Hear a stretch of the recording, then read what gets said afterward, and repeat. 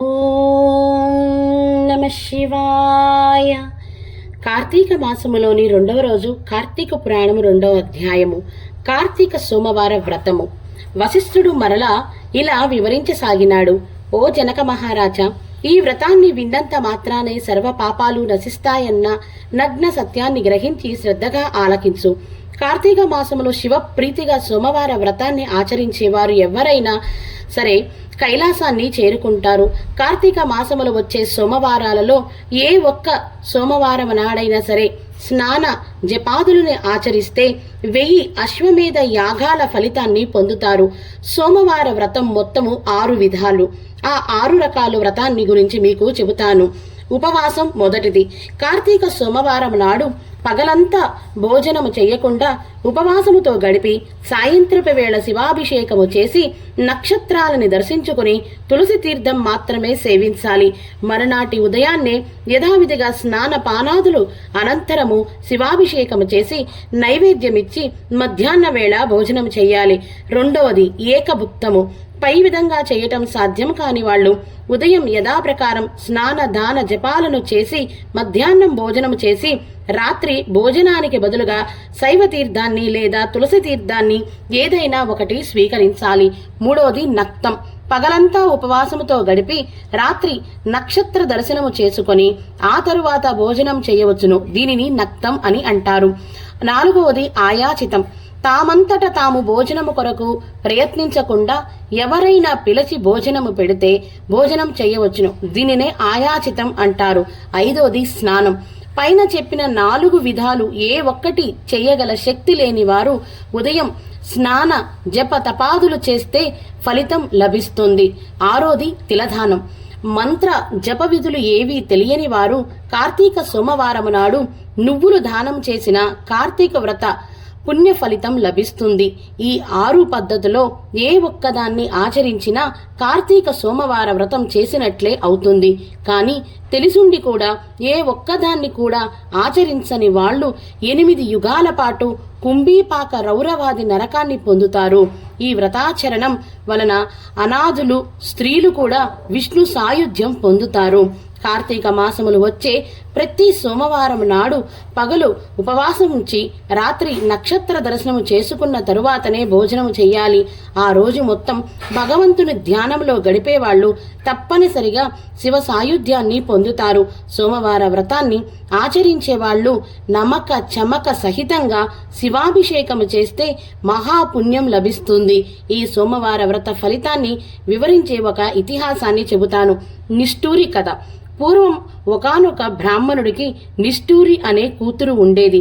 చూపరులని ఇట్టే ఆకర్షించే అందగత్తె ఆమె. ఎంతో విలాసంగా ఉండే ఆమెకి మంచి గుణాలు అబ్బలేదు. నిత్యము కామాక్రుధురాలుగా దుష్టగుణం గలదిగా 10 మంది నోళ్లల్లో నానుతూ ఉండేది. ఆమె ప్రవర్తనకి తగినట్లుగానే కర్కశ అని పిలిచేవారు. 10 మందిలో పరువు పోకముందే నిష్ఠూరిని బ్రాహ్మణుడు అయిన మిత్రశర్మకు ఇచ్చి పెళ్లి చేసి చేతులు దులుపుకున్నాడు ఆమె తండ్రి. సదాచరుడు సద్గుణవంతుడు సరసుడు అయిన బ్రాహ్మణుడు మిత్రశర్మ ఆమెకు భర్తగా లభించటం వలన నిష్ఠూరికి పట్టాపగలు లేకుండా పోయాయి. ఆమె ఆడిందాటగా పాడింద పాటగా జరుగుతూ ఉండేది. ఆమె రోజు భర్తని తిడుతూ కొడుతూ అవమానించసాగింది. అయినప్పటికీ తన వంశానికి మాయని మచ్చ వస్తుందన్న భయముతో చిత్రహింసలన్నీ భరిస్తూ కాలం వెళ్లబుచ్చసాగాడు మిత్రశర్మ. నిష్ఠూరి ఎందరో పరుపురుషులతో అక్రమ సంబంధం పెట్టుకొని భర్త ఎదుటనే వాళ్లతో తిరగసాగింది. భర్తని అత్తమామలని నిర్లక్ష్యం చేస్తూ పరుపురుష మాటలతో చిత్రహింసకి గురిచేసేది. కొంతకాలానికి నిష్ఠూరి మనసు కోర్కెలు గుర్రం హద్దులు దాటింది. ప్రతిరోజు ఆమెతో తిరుగుతున్న విటుడు ఆమె మనసులో విషబీజాన్ని నాటాడు. మన సుఖానికి అడ్డుగోడగా ఉన్న నీ భర్తని ఎలా అంతమొందిస్తావో ఆలోచించు అంటూ ఆమె మనసులో విషబీజాన్ని నాటాడు. బాగా ఆలోచించి ఒక నిర్ణయానికి వచ్చింది నిష్ఠూరి. ఆ రాత్రి నిద్రపోతున్న భర్త శిరస్సు మీద పెద్ద రాతి బండతో మోది అతన్ని ప్రాణాలు తీసింది. అంతటితో ఆగక తానే స్వయంగా భర్త శవాన్ని మోసుకు వెళ్లి ఒక పాడుబడిన బావిలో పడవేసి ఇదంతా గమనించిన అత్తమామలు ఆమెకు భయపడి ఊరు వదిలి వెళ్లిపోయారు. ఇక అడ్డు అదుపు లేకపోవటం వలన కామంతో కళ్ళు మూసుకుపోయి ఎందరో పురుషులతో నిత్యము తిరుగుతూ ఉండసాగింది. కాలగమనములో అనేక సంవత్సరాలు గడిచిపోయాయి. నిష్ఠూరి బలము యవ్వనము తొలగిపోయింది. శరీరము శుష్కించి రకరకాల జబ్బులు సోకాయి. విటుల రాకపోకలు తగ్గిపోయాయి. ఎవరికి వారు ఆమెని అసహ్యించుకొనసాగారు. తనకంటూ తన వారంటూ ఎవరూ లేకుండా ఒంటరిగా మిగిలిపోయిన నిష్ఠూరి చివరికి తినడానికి తిండి, కట్టుకోవడానికి బట్ట, ఉండటానికి ఇల్లు, పలకరించేవారు కరువై నడి రోడ్డు మీద పడి చనిపోయింది. శవాన్ని దహనం చేసేవారు కూడా కరువైనారు. యమదూతలు వచ్చి నరకానికి తీసుకుని వెళ్లారు. యమధర్మరాజు దుర్భరమైన శిక్షలు అమలు చేశాడు. భర్తని విస్మరించి పరపురుషులతో అక్రమ సంబంధం పెట్టుకున్న పాప ఫలితంగా మండుతున్న ఇనుప స్తంభాన్ని కౌగలింపచేశాడు. భర్త తలని బండ రాతితో బ్రద్దలు కొట్టినందుకు ముండ్ల గదలతో ఆమె తల చిట్లేటట్టుగా మోదించాడు. భర్తని దూషించినందుకు, కొట్టినందుకు, తన్నినందుకు ఆమె పాదాలని పట్టి కఠిన శిలలకేసి బాధించాడు. సీసం గాచి చెవులలో పోయించాడు. తరువాత కుంభీపాక నరకానికి పంపించినాడు. ఆమె పాపాల ఫలితంగా ఆమె ముందు 10 తరాల వాళ్ళు, ఆమె వెనక 10 తరాల వాళ్ళు మొత్తము ఆ కుంభీపాకములో పడి కుమిలిపోసాగారు. అలా నరకాన్ని అనుభవించిన తరువాత 15 సార్లు కుక్కగా జన్మించింది నిష్ఠూరి. 15వ సారి కళింగ దేశములో పుట్టి ఒకానొక బ్రాహ్మణ గృహంలో సునకంగా ఉండింది. సోమవార వ్రత ఫలము చేత కైలాసము చేరిన సునకము. కాలము గడుస్తూ ఉండగా కార్తీక మాసం వచ్చింది. ఒక కార్తీక సోమవారము నాడు ఆ ఇంటి బ్రాహ్మణుడు పగలంతా ఉపవాసం ఉండి నక్షత్ర దర్శనానికి ముందు శివాభిషేకం నిర్వర్తించి నక్షత్ర దర్శనము చేసుకుని నక్త స్వీకారానికి సిద్ధపడి ఇంటి బయట బలిని విడిచిపెట్టినాడు. ఆ రోజు ఆహారం లభించక పస్తుపడి ఉన్న కుక్క ప్రదోష దినాన ఆ బలి అన్నాన్ని భుజించింది. బలి భోజనం వల్ల దానికి పూర్వజన్మల స్మృతి కలిగింది. ఓ బ్రాహ్మణుడా, నన్ను రక్షించమని మనిషిలాగా మాట్లాడింది. దాని మాటలను విని ఆశ్చర్యంతో బయటకు వచ్చాడు ఆ బ్రాహ్మణుడు. నీవేమి తప్పు చేశావు? నిన్ను ఎలా రక్షించాలో చెప్పు అంటూ అడిగాడు. ఓ బ్రాహ్మణోత్తమ, నేను పూర్వజన్మలో విపరీత బుద్ధులు కలిగిన కాముక వనితను. కామముతో కళ్ళు మూసుకొని పోయి విటులతో జతకట్టి నా భర్తని నేనే హతమార్చినాను. బ్రాహ్మణ వంశానికి తీర మచ్చని తీసుకొని వచ్చినాను.